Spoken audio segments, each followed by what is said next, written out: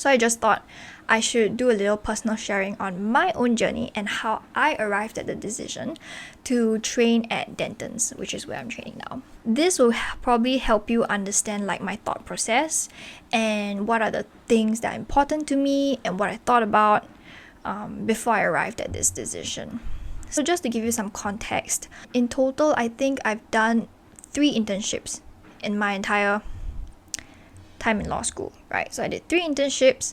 Come training contract season, I applied for some firms that I didn't intern at, applied for some firms that I interned at, and at the end of that whole process, I got 3 TC offers. So one of the firms is Denton's, the other firm is more of an international firm, and another one is more of like a big 4 law firm.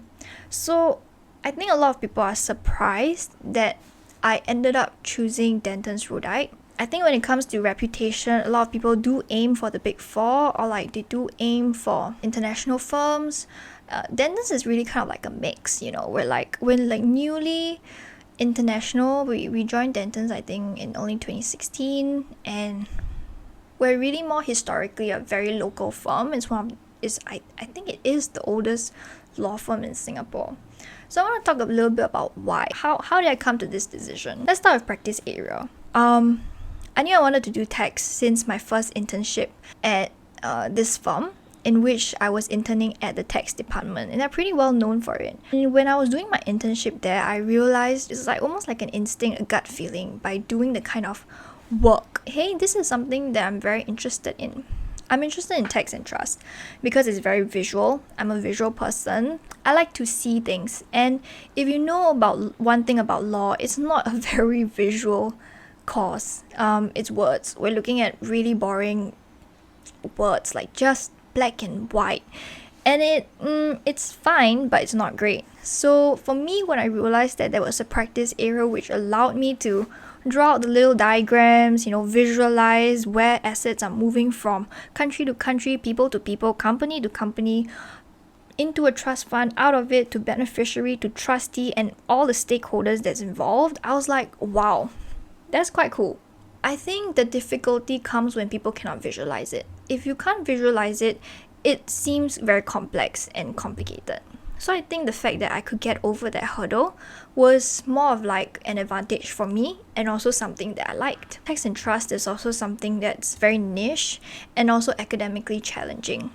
It's something that you have to slowly uncover, dissect it, and a lot of people might find it too frustrating to go through the hurdles. But for me, when I was given the opportunity during my internship at Denton's to do it for myself and to look at the tax rule, untie it myself, and when I was finally able to untie the knot, I think that's an immensely satisfying feeling, and it's something that I don't think comes from a lot of practice areas in law, at least to me, right? And I think having that feeling is what would drive me to continue doing this and to continue to be excited about learning. That's the reason why I chose tax. It's niche, but it's challenging, it's exciting, and a lot of the times you do work with international people. Singapore is also a hub for a lot of wealthy people from many different nations to come in, and with them and their profile, they bring with them a variety of tax issues that transcends geographic boundaries. So I think that adds to the complexity and fun of this practice area. So that's my practice area. I was very lucky that I was doing an internship in this niche area and found out that I liked it. So I said luck. Next, mentorship and training. When I was doing my internship at Denton's, I recall very vividly that I was given a lot of mentorship right from the get-go. I recall I was actually doing internship at employment law. That was the team I was in. But then I was speaking to my partner there. His name is Ray. I was speaking to him, and I was like, you know what, actually I am also interested in tax, like would it be okay if I try something in tax as well while I'm doing my internship here? He was like, yeah, sure. He immediately linked me up with the partners from the tax and trust team, and before I know it, the senior partner was reaching out to me via an email to say, hey, I heard you're interested in tax, would you like to try something from our team. Then I was like, yes, of course. And I think it's maybe the narcissism in me or something, I don't know, but it feels good to know that there is some people out there in the firm that do care about you and do care about what you're interested in. So that was how I began to see that the guidance in this team is especially good. And I remember doing my internship, the tax partner in my team, Chun Ing, was actually giving me a quite complicated task. We were looking at this international framework for tax rules. It was pretty new. She, asked me to look at the rules and to decipher it, and there was obviously a specific issue that I was supposed to look at. And I remember she'd just take like 1 to 2 hours of a time sitting in with me in the meeting room, taking out this whole board to like write down and draw out to put it on a mind map, like what this rule is about. And we were like working on it together. It felt like it was a conversation, like, hey, there's something to be learned from like both ways. And I thought that's insane because I've not seen that in any other firm. The partners in the team are just so grounded and humble in a way that they valued the kind of input or little bit of opinion that me as a trainee had.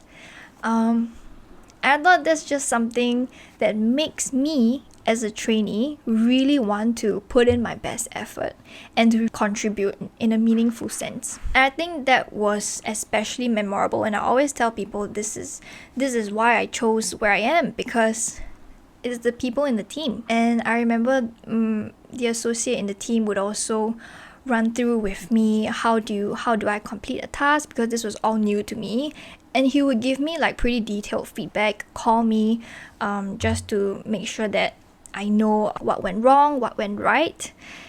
So yeah, in general, the support in this team has been incredible. Other things I look out for, like a concrete example of what is good mentorship to me, is also being entrusted even as a trainee to do real work. For example, draft advice. Obviously it runs through the partners and they will edit it, but to be given a hand at drafting an advice that may eventually go out to the client, I think that's not something a lot of trainees get.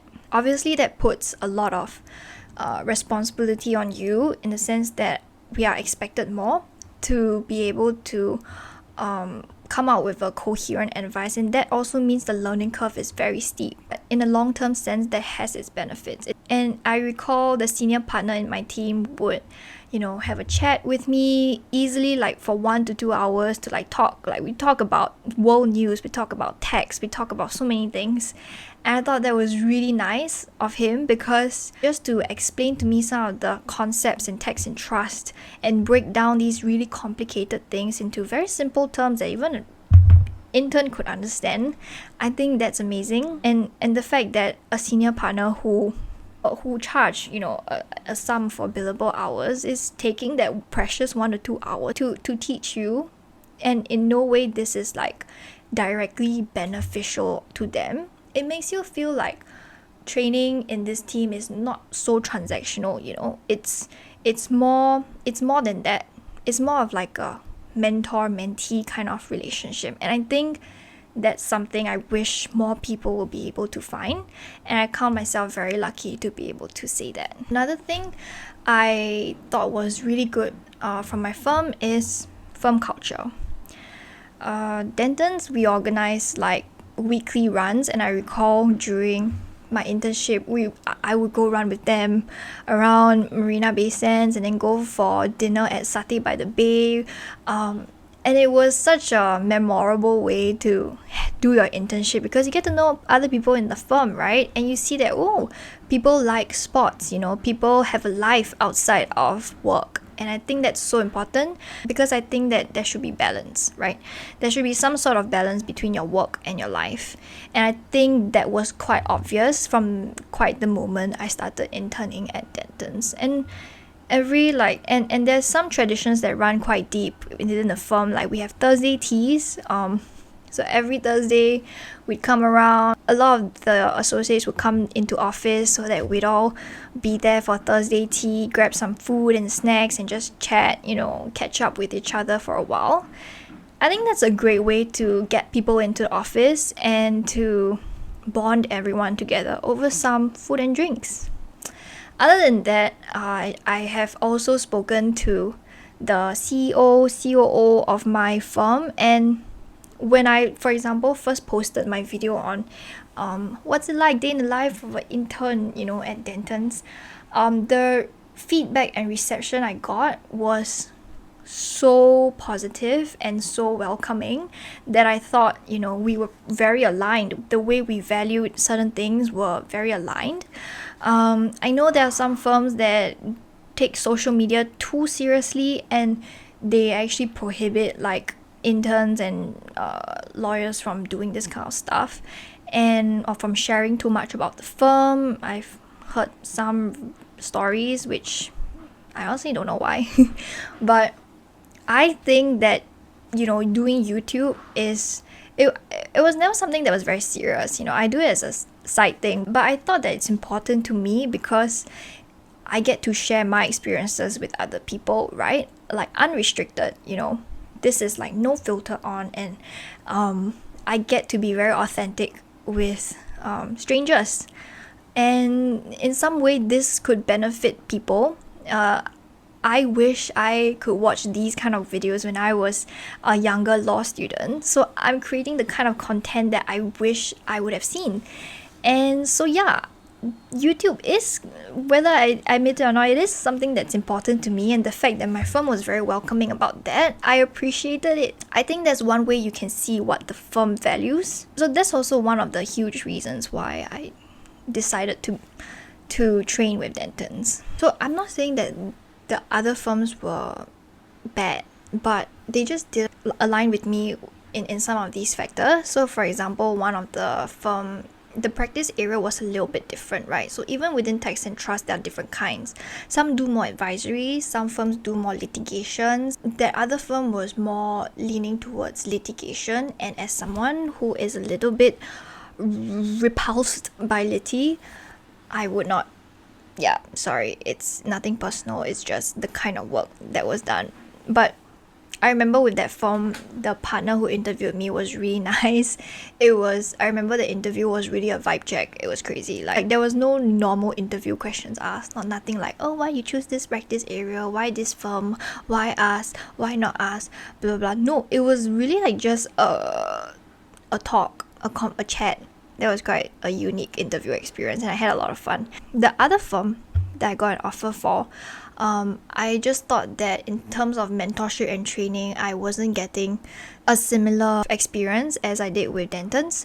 And in terms of firm culture, I also resonated more with Dentons as a firm that's more, balanced. I feel, that prioritizes maybe like work from home, more hybrid work culture. So it's the little things like that that really adds up and made me come to the decision that,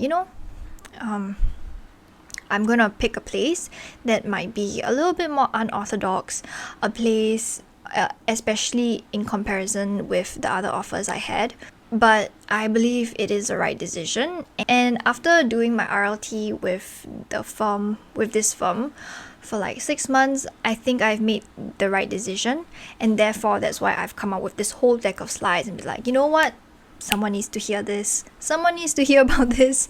Don't be afraid of taking chances or choosing a firm that might not seem the most straightforward. Think really clearly about these factors that I've talked about. Hopefully you'll be able to make a decision that you will stick with and you'll be really happy with. Okay, that's it from me. And lastly, pay/benefits. So this is the lowest on my priority, not like because I have an abundance of wealth or anything, but I think that the disparity between the pay for different firms, like for example, our firm with Big Four, our firm with international firms, is not that great to an extent that it would negate the other factors. So the other factors are overwhelmingly so much better that the last factor is not so much of a concern for me, especially with the fact that like my team allows me to work from home most of the time. I think that's really good because that's also, I mean, although who wouldn't want like more pay, right? Like the more the better. But like I say, it's something that you weigh. It's something that you see for yourself what is important and what is even more important. So that's my journey. I hope it really helps you with yours. I would say that don't overthink it. It's really not that big of a deal. And if you must know, you can always jump. If nobody has told you this before, you can always jump. Heard of people changing firms within their training contract, after their training contract, before so many things could happen, honestly. So don't stress yourself out too much. Honestly, I just hope that more people make informed decisions about where they want to train, so that they don't, start working with regrets, and you understand what you're getting into, and this will help you kind of like have a more fruitful and happy training contract than you could have had. So yeah, thanks for watching, and I will see you guys in the next video. Hopefully you found this helpful. If any questions, just leave them in the comment box below. Alright, bye! Happy applying for TCs and doing all your interviews. Bye bye!